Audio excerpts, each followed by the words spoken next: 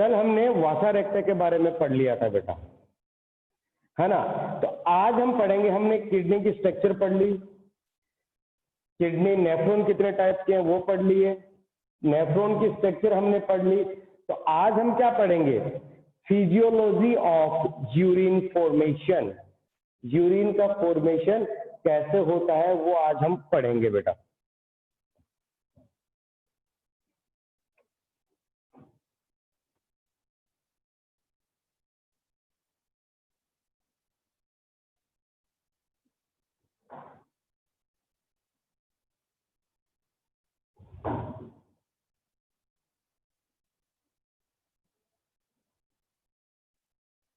Physiology of urine formation, आज हम क्या पढ़ेंगे बेटा, फिजियोलॉजी ऑफ यूरिन फॉर्मेशन पढ़ेंगे, ठीक है बेटा।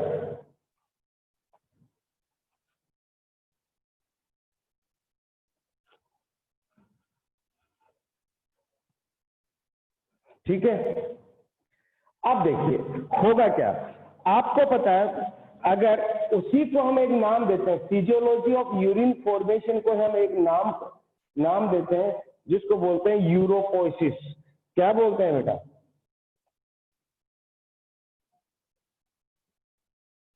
क्या बोलते हैं बेटा, यूरोपोइसिस। क्या बोलते हैं,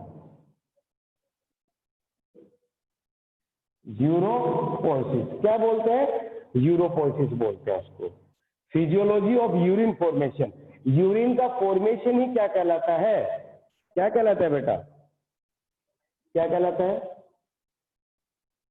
बोलो, यूरोपोइसिस कहलाता है। अब देखिए अगर मैं फंक्शन और फिजियोलॉजी की बात करूं तो हमें किडनी के 3 फंक्शन याद आते हैं। कौन कौन से आपने 10th में पढ़ा होगा। पहला है अल्ट्रा फिल्ट्रेशन,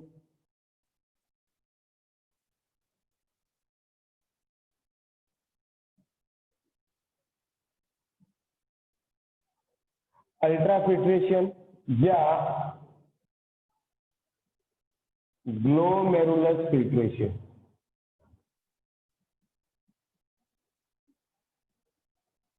अल्ट्रा फिल्ट्रेशन या ग्लोमेरुलस फिल्ट्रेशन, पहला फंक्शन।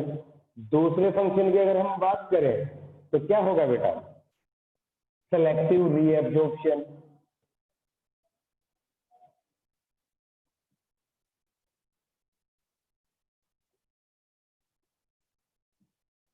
सेलेक्टिव रीएब्जॉर्प्शन मतलब जो फिल्टर हुआ है उसको हम आगे डिटेल में पढ़ेंगे, इनको डोंट वेरी, ठीक है।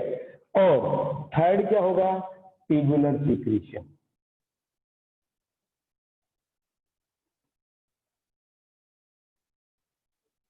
थर्ड क्या होगा बेटा, ट्यूबुलर सिक्रीशन।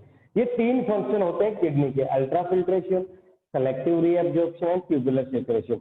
इनको हम वन बाय वन डेप्थ में पढ़ेंगे, डिटेल में पढ़ेंगे बेटा इनको, ठीक है ना। तो अब बोर्ड थोड़ा क्लियर नहीं हो रहा तो आप इनको लिख लीजिए, फिर हम सबसे पहले किसमें पहुंचेंगे, अल्ट्रा फिल्ट्रेशन में चलेंगे। तो पहले इसको एक काम कीजिए, पहले आप इसको लिख लीजिए, 2-3 नाम है उनको लिख लीजिए बेटा।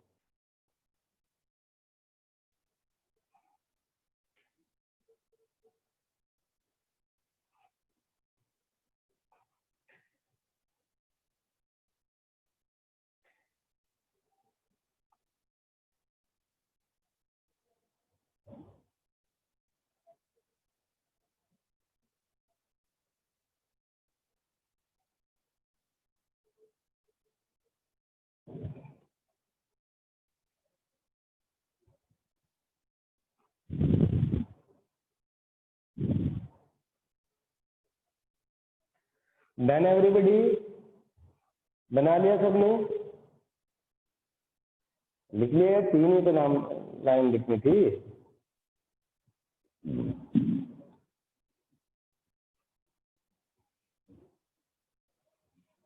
चलिए अब हम बात करते हैं किसकी, अल्ट्रा फिल्ट्रेशन की।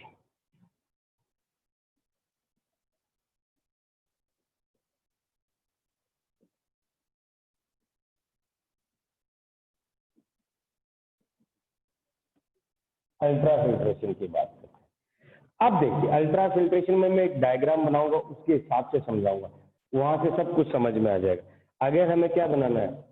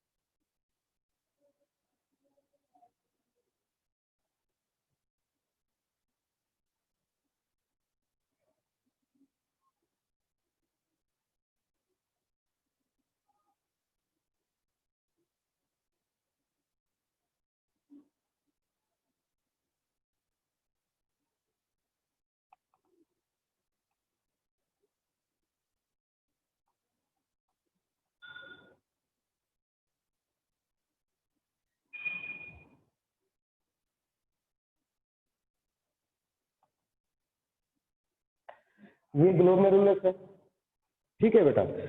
और इसमें क्या आता है, इधर से एफरेंट आर्टियोल है।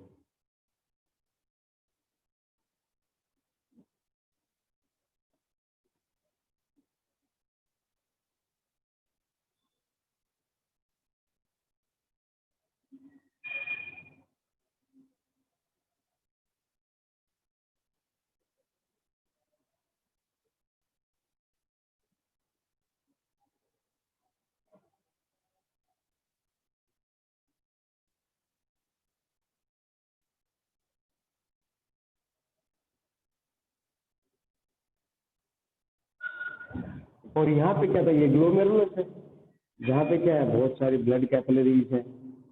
आप सब जानते हो इस चीज को।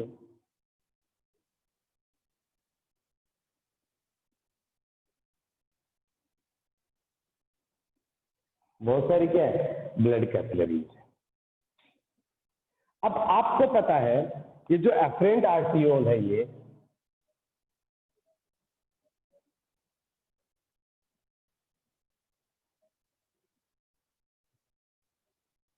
और ये क्या है, इफरेंट।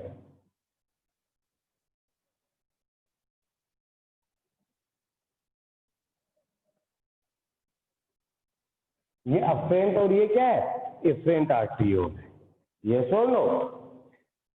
अब आपको पता है एक बड़े पाइप से कोई चीज आ रही है और एक चेंबर में खुल रही है, और छोटे पाइप से निकल रही है, तो चेंबर में प्रेशर बढ़ेगा कि नहीं बढ़ेगा? चेंबर में प्रेशर बढ़ेगा कि नहीं बढ़ेगा? बढ़ेगा ना। तो अफरेंट आर्टियोल का जो हाइड्रोस्टेटिक प्रेशर है, ब्लड का जो प्रेशर है, उसको हम बोलते हैं हाइड्रोस्टेटिक प्रेशर। यहां पर जो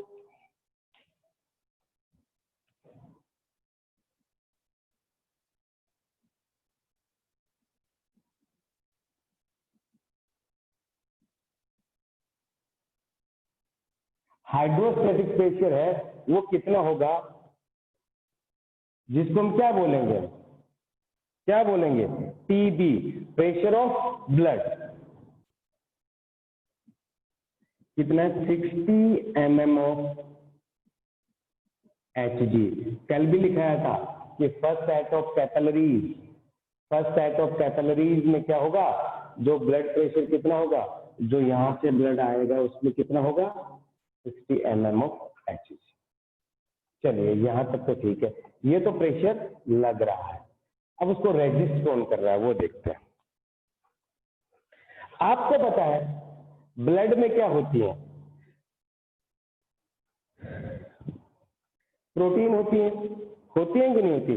कौन कौन सी प्रोटीन होती है, ग्लोबिन, जो भी प्रोटीन होती है, प्रोटीन, ग्लोबिन, वो हम बाद में डिस्कस करेंगे। ब्लड में प्रोटीन तो होती है। अब वो क्या करेंगे, यहाँ मान लो कुछ प्रोटीन प्रोडक्ट है, यहाँ से ब्लड फिल्टर होके इधर आ रहा है थ्रू द पोडोसाइट, तो वो उसको रेजिस्ट करेंगे या सपोर्ट करेंगे, बताइए मुझे।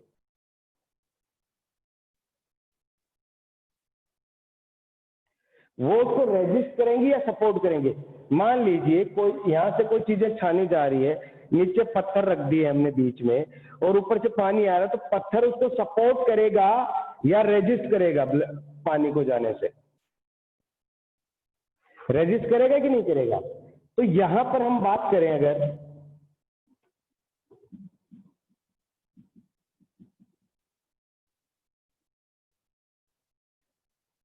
ऑस्मोटिक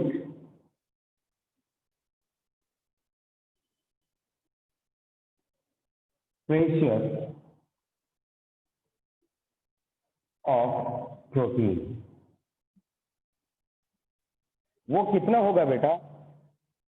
पीओ जिसको बोलेंगे होगा 30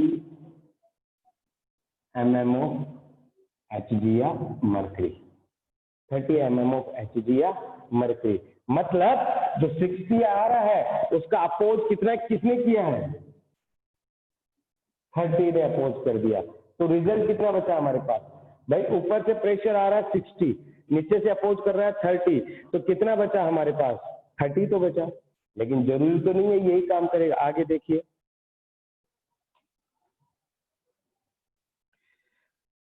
यहां पहले से कोई नेफ्रिक फिल्ट्रेट है,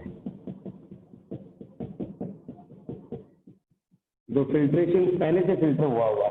आपने कभी चाय छानी होगी, अगर चाय में कप में पहले से चाय भरी हुई होती है, ऊपर से छानते हैं तो नीचे जो भरी हुई होती है वो क्या कर, जो छनी हुई पहले से जो चाय पड़ी है वो उसको सपोर्ट करेगी या रेजिस्ट करेगी? बताइए बेटा, सपोर्ट करेगी या रेजिस्ट करेगी?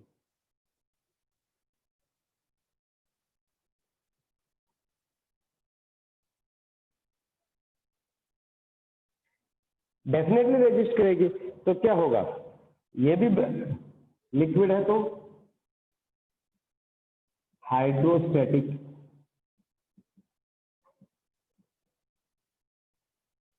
प्रेशर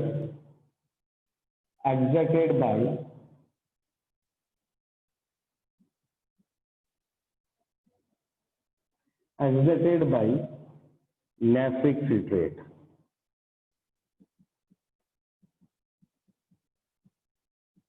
वो कितना होगा बेटा?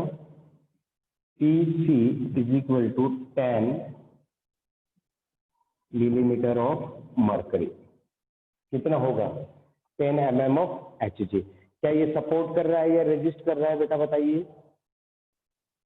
ये भी क्या कर रहा है?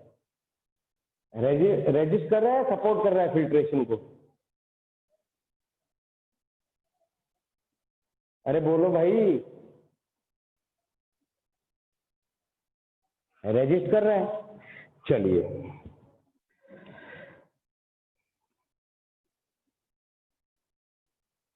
इसके चारों तरफ ये तो नहीं है खाली है, इसके चारों तरफ भी क्या होगा? सॉरी, इसके चारों तरफ भी क्या होगा भाई? क्या होगा बताइए? इंटरस्टिशियल फ्लूइड होगा भाई। चारों तरफ क्या होगा? फ्लूइड तो होगा ही नहीं भाई। नेफ्रॉन के चारों तरफ फ्लूइड होगा कि नहीं होगा? अब मान लीजिए एक पाइप है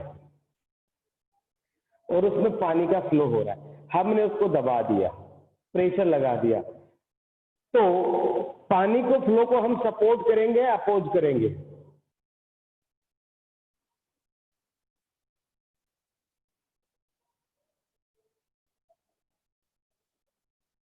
भाई हमने एक पाइप लिया, पाइप को हमने दबा दिया, मैंने ऐसे पाइप था मैंने इसको दबा दिया, तो हम अब उस फ्लो को सपोर्ट कर रहे हैं या अपोज कर रहे हैं बेटा बताइए? अपोज कर रहे हैं। तो क्या है ये? Interstitial fluid. तो क्या होगा?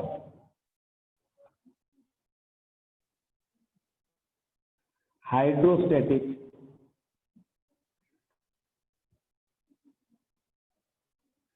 प्रेशर बाय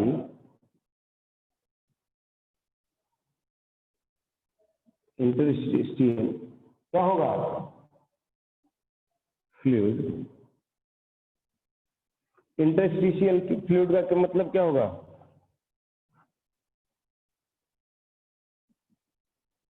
कितना होगा ये भी पी आई क्या होगा? 10 mm ऑफ मर्करी। कितना होगा बेटा? 10 mm ऑफ Hg। मतलब जो ब्लड से जो आ रहा है वो कितना आ रहा है? ब्लड का प्रेशर कितना है? 60 mm ऑफ Hg। सबसे पहले अपोज किया किसने? जो प्रोटीन थी उन्होंने।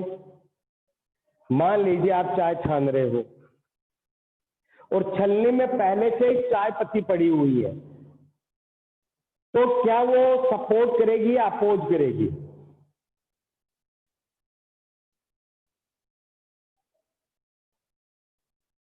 भाई एक तो खाली छलनी है, उससे हमने चाय छान है, कोई दिक्कत नहीं।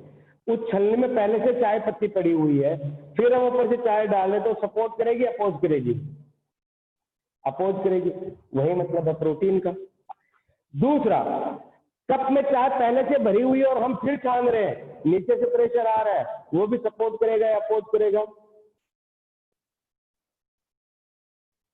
बताइए बेटा। अपोज करेगा। चारों तरफ से डक्ट है, उसमें चारों तरफ से प्रेशर लगा हुआ है। जैसे एक पाइप को हमने पकड़ लिया, वो अंदर से फ्लो हो रहा है, तो वो फ्लो को हम सपोर्ट कर रहे हैं, अपोज कर रहे हैं? अपोज कर रहे हैं। तो अगर मैं बात करूं ग्लोमेरुलस फिल्ट्रेशन प्रेशर की, जिसको हम टर्म देते हैं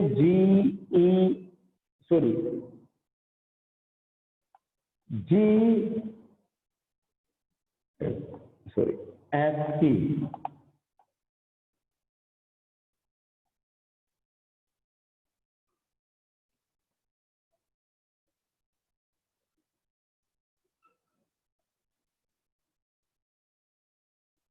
ग्लोमेरुलस फिल्ट्रेशन प्रेशर क्या होगा?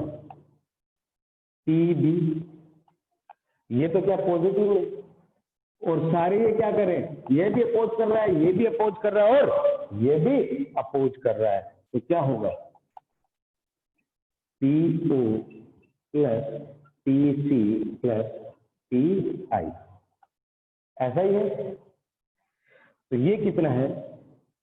60 माइनस 30 प्लस 10 प्लस 10, और रिजल्टेंट क्या होगा?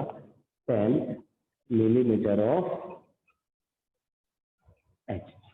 ये क्या होगा? हमारा ग्लोमेरुलस फिल्ट्रेशन प्रेशर होगा।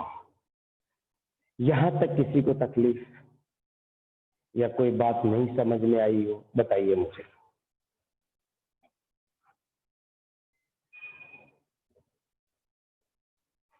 इसको हम बोलते हैं नेफ्रिक फिल्ट्रेट।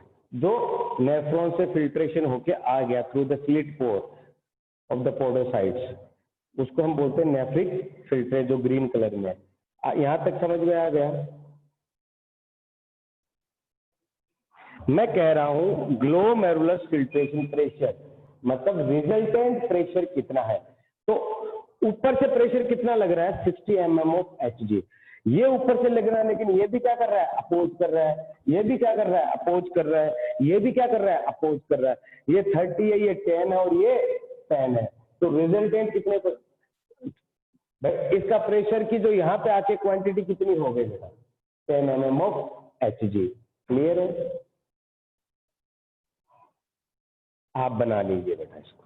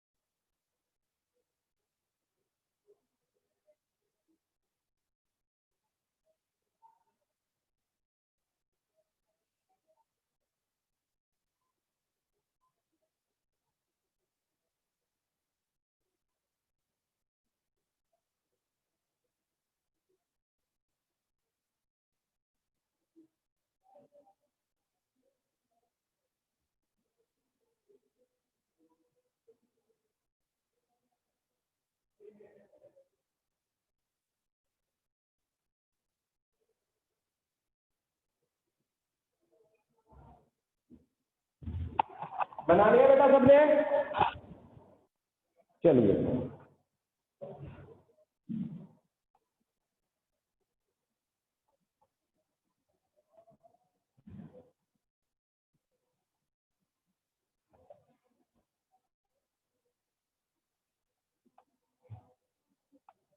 अब देखिए जो हमारा नेफ्रिक फिल्ट्रेट होता है वो कैसा होता है। सिमरन बेटा पीओ ऑस्मेटिक प्रेशर वो सारा का सारा ऊपर लिखाया हुआ उसी का तो मतलब उसी को तो सिम्टम्स सिनोनिम से हमने लिखा है। आप डायग्राम को ढंग से पढ़ना बेटा।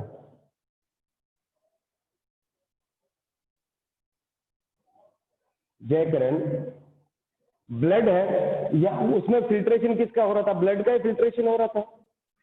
तो ब्लड में से किसका फिल्ट्रेशन हो रहा है? जो एक्सक्रीटरी प्रोडक्ट है हमारा यूरिया मान लीजिए उसका फिल्ट्रेशन हो रहा था। तो ऊपर से प्रेशर पड़ा तो ब्लड में प्रोटीन है, जैसे मान लो हमने चाय को छानना है, पहले से चाय पत्ती पड़ी हुई है अंदर, तो वो अपोज करेगी।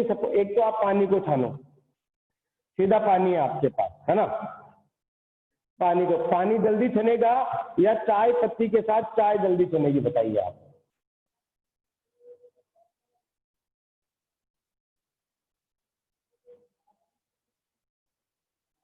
तो फिर तो उसमें पहले से प्रोटीन पड़ी हुई है, वो मैं आपको जब पढ़ाऊंगा बॉडी फ्लूइड एंड सर्कुलेशन तब मैं बताऊंगा कौन कौन सी प्रोटीन होती है, क्लोटिंग फैक्टर क्या होते हैं, सारी चीजें पढ़ाऊंगा मैं उसमें, ठीक है बेटा? अब देखिए बात करते हैं नेफ्रिक फिल्ट्रेट की।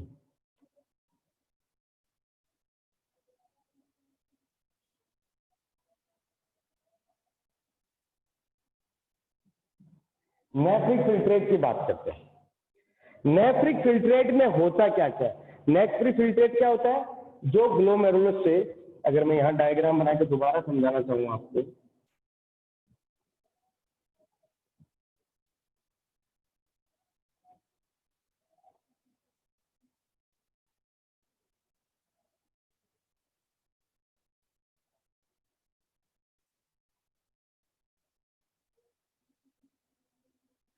जो यहां लिक्विड आया फिल्टर होकर वो चीज है, इसको हमने क्या बोला है बेटा? नेफ्रिक फिल्ट्रेट बोला है, ठीक है? उसमें क्या क्या होता है देखिए, H2O होगा, ग्लूकोज भी साथ में जाएगा, अमाइनो एसिड भी जाएंगे, ठीक है? पोटेशियम सोडियम आयन भी जाएंगे, यूरिया भी जाएगी, यूरिक एसिड भी जाएगा,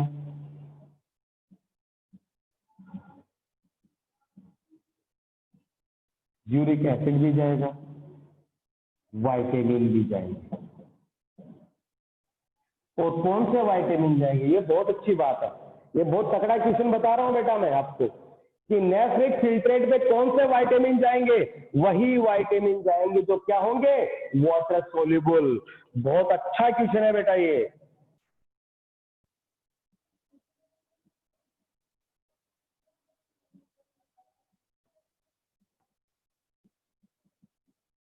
और वाटर सोल्यूबल कौन कौन से होते हैं बेटा? B and C. Water soluble कौन से होते हैं? विटामिन बी कॉम्प्लेक्स और सी क्या होते हैं? वाटर सोल्यूबल होते हैं वो। याद रखना, ये बहुत अच्छा क्वेश्चन है कि नेफ्रिक फिल्ट्रेट में कौन से विटामिन, फैट सोल्यूबल विटामिन नहीं जाएंगे, ए डी ई के नहीं जाएगा बिल्कुल भी। कौन सा जाएगा? विटामिन बी और सी जाएगा। कोई दिक्कत यहां तक? अब एक चीज बताता हूं मैं आपको, मिटा दो मैं इसको, एक लाइन लिखता हूं मैं, ध्यान से देखना। 650 ml per minute of plasma passes through all nephrons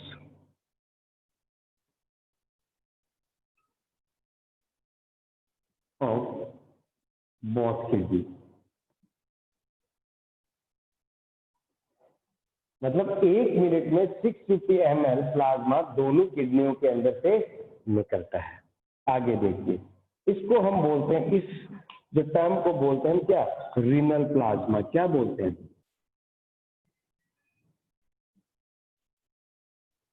renal plasma कितना हुआ? 650 ml पर मिनट। कोई दिक्कत? अब देखते हैं जीएफआर क्या होता है।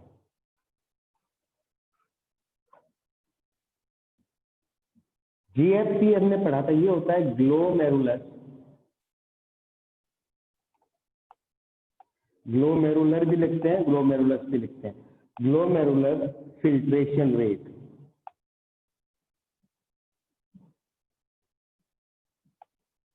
ये कितनी होती है? 120 ml पर मिनट। मतलब 1 मिनट में 120 ml क्या होगा? नेफ्रिक फिल्ट्रेट बनेगा। तो टोटल कितना बना पर डे में? अगर मैं पूरे दिन का हिसाब लगाऊं तो 150 to 180 litre per day, 150 to 180 litre per day urine, sorry, of nephric filtrate form.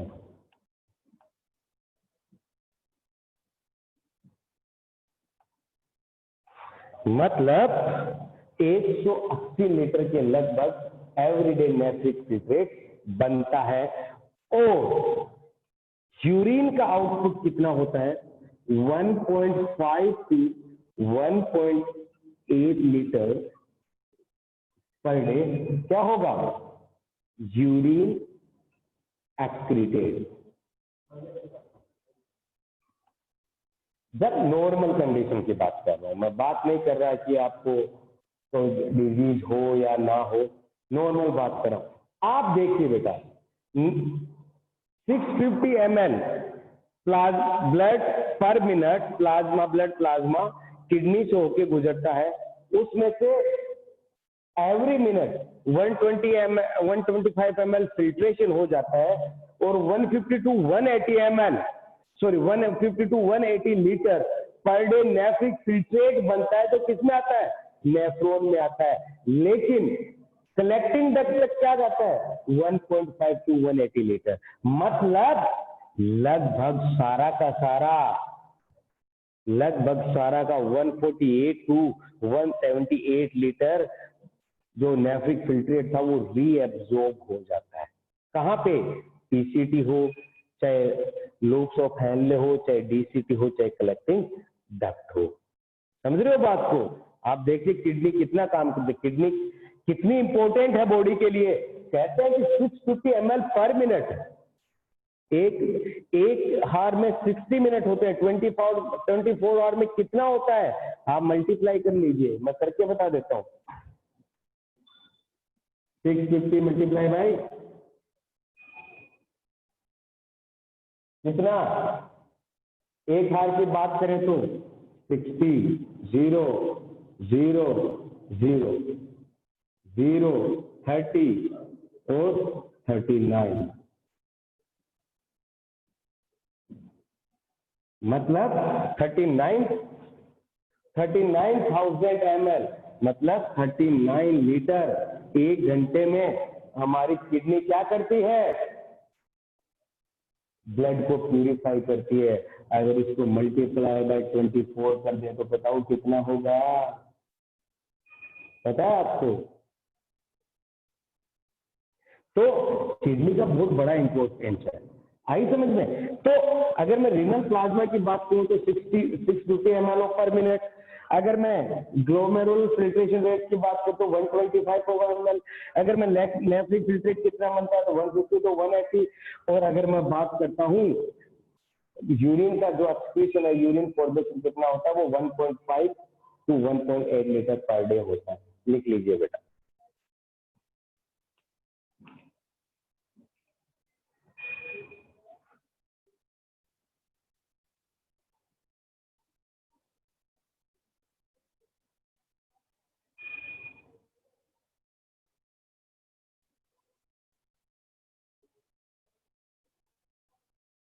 उसमें बेसमेंट मेम्ब्रेन होती है अर्चिया, लिखवाया हुआ है बेटा मैंने, वो बताऊंगा फिल्ट्रेशन मेम्ब्रेन क्या होती है, उसको बेसमेंट मेम्ब्रेन बोलते हैं। बीच में बेसमेंट मेम्ब्रेन होती है बेटा, जो कैपिलरी एंडोथेलियम और पोडोसाइट के बीच में होती है। स्पाज्म आई विल एक्सप्लेन बेटा, डोंट वरी। स्पाज्म को बोलते हैं कोई चीज को रुक जाना, कांटेक्ट होकर कोई चीज को रोक लेना, उसको जैसे आर्टरी स्पाज्म बोलते हैं, जब हम कार्डियक डिजीज बोलते हैं उसमें, है ना। लंग्स जब प्रॉपर काम नहीं करता, लंग्स का कॉन्ट्रैक्शन रिलैक्सेशन होना बंद हो जाता है, उसमें क्या होता है, वो जो एल्वियोलाई है वहाँ पे कोई चीजें जम जाती है, लाइक निकोटीन है या टार है, वो जम जाती है, तो उसको वो कॉन्ट्रैक्शन रिलैक्स नहीं हो पाता, उसको स्पाज्म कहते हैं अमरीश बेटा। बना लिया बेटा आपने?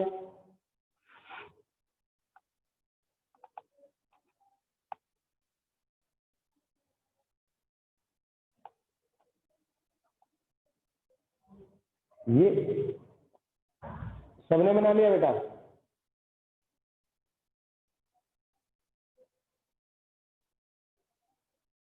बनाइए बेटा बनाइए।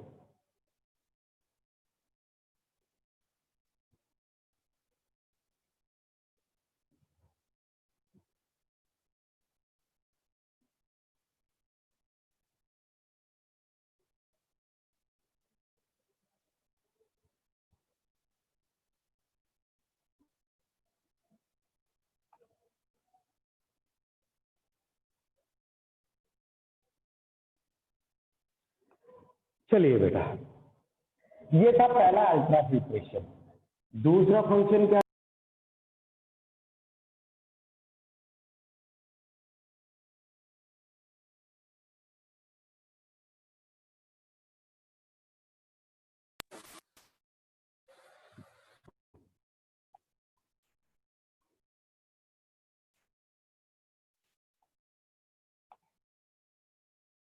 दूसरा फंक्शन क्या था बेटा? Selective reabsorption. भाई मैंने क्या कहा, नेफ्रिक फिल्ट्रेट कितना बनता है? 150 लीटर टू 180 लीटर। तो उसको तो हम एक्सक्रीट नहीं कर सकते ना बेटा, हम एक्सक्रीट कितना करते हैं? 1.5 टू 1.8 लीटर। तो बाकी कहाँ जाता है? बाकी रीअब्जॉर्ब हो जाता है, जैसे ग्लूकोज है, वाइटामिन है, मैं आपकी बात करूं अमाइनो एसिड्स है, सोडियम आयन है, पोटेशियम आयन है, वो अगर बॉडी से सारे बाहर निकलते गए तो हम जिंदा ही नहीं रहेंगे। तो आंसर, तो दूसरा क्या है? सेलेक्टिव रीअब्जॉर्प्शन, दूसरा फंक्शन।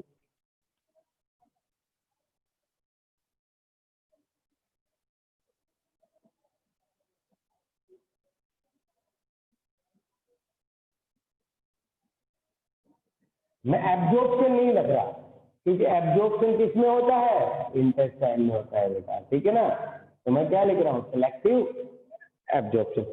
अब आप पूछोगे सर कौन कौन सी चीजें भी एब्जॉर्ब होंगी, तो उसमें हम तीन भागों में बांट दिए, high threshold substances, low threshold substances and not threshold substances. तो पहला अगर मैं बात करूं कि हाई थ्रेशोल्ड सब्सटेंसेस कौन से हैं, ऐसा कौन से प्रोडक्ट हैं जो पूरे के पूरे ही रीअब्जॉर्ब होंगे, कौन से? उनको बोलते हैं हम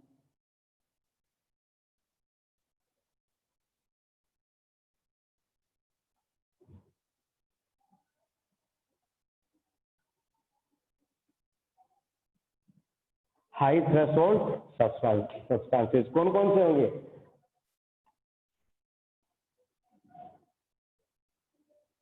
एब्जॉर्ब्ड कंप्लीटली, और क्या आगे आप बोल रहे तो ऑलमोस्ट कंप्लीट। कई बार क्या होता है, जैसे डायबिटिक है तो ग्लूकोज पूरा नहीं होता, पूरा एब्जॉर्ब नहीं होता, है ना। एब्जॉर्ब कंप्लीटली या ऑलमोस्ट कंप्लीट। एग्जाम्पल की बात करो तो ग्लूकोज,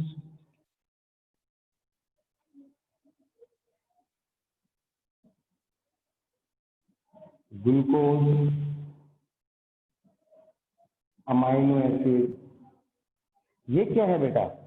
ये सारे कंप्लीटली एब्जॉर्ब हो जाते हैं। अगर मैं ग्लूकोज की बात करूं तो वो क्या होता है, अब इसकी एक कहानी और है ग्लूकोज की बेटा।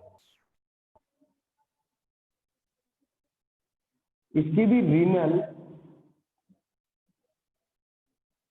थ्रेशोल्ड लिमिट है। क्या है बेटा? रीनल थ्रेशोल्ड लिमिट है। कितनी? किडनी भी ग्लूकोज को कितना एब्जॉर्ब कर सकती है? कितना कर सकती है? 180 मिलीग्राम पर 100 ml ऑफ नेफ्रिक फिल्ट्रेट।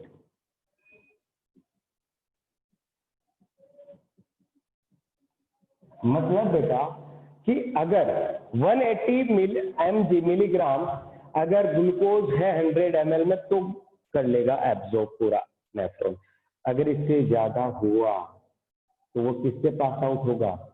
वो यूरिन के साथ पास आउट होगा और उसको हम एक डिजीज का नाम देते हैं। क्या?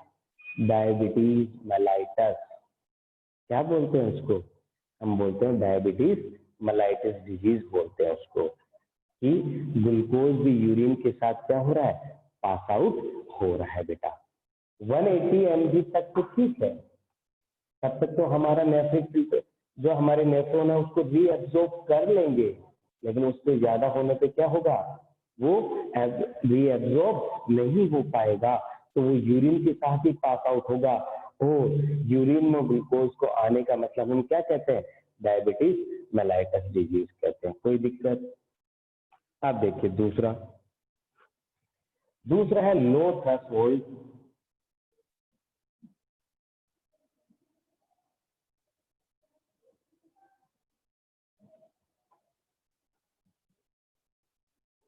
लो थ्रेशोल्ड सब्सटेंसेस मतलब ये कुछ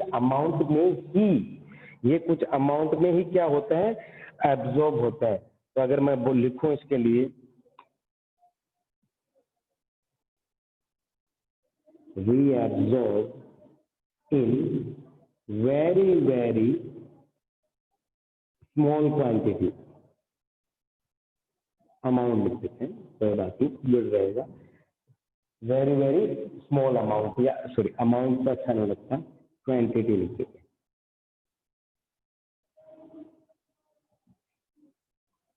ठीक है, एग्जाम्पल है यूरिया, और ये आपका क्वेश्चन है बॉडी में यूरिया की जरूरत कहाँ होती है? जबकि हम यूरिया तो हमारा क्या है? एक्सक्रीटरी प्रोडक्ट है। एग्जाम्पल क्या है इसका? यूरिया।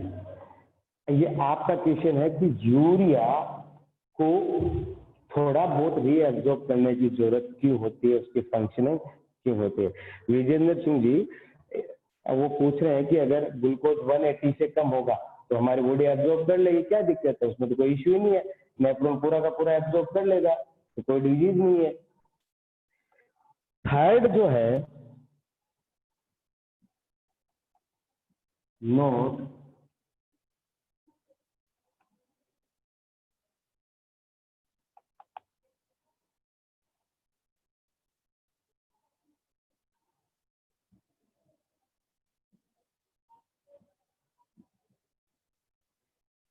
मतलब ये क्या होंगे? Not reabsorb.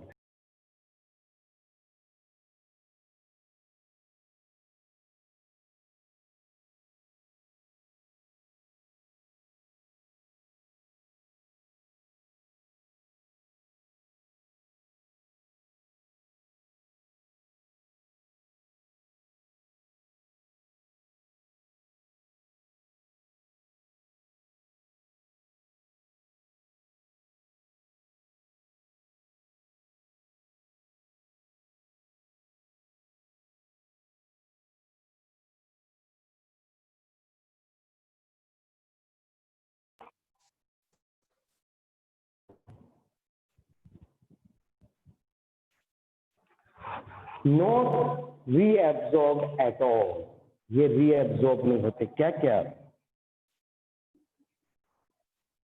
Example हिप्यूरिक acid, creatinine ये क्या होगा बेटा? रीएब्जॉर्ब नहीं होगी बिल्कुल भी।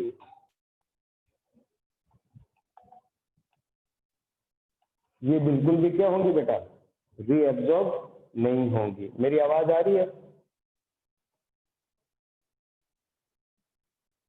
मेरी आवाज आ रही है बेटा?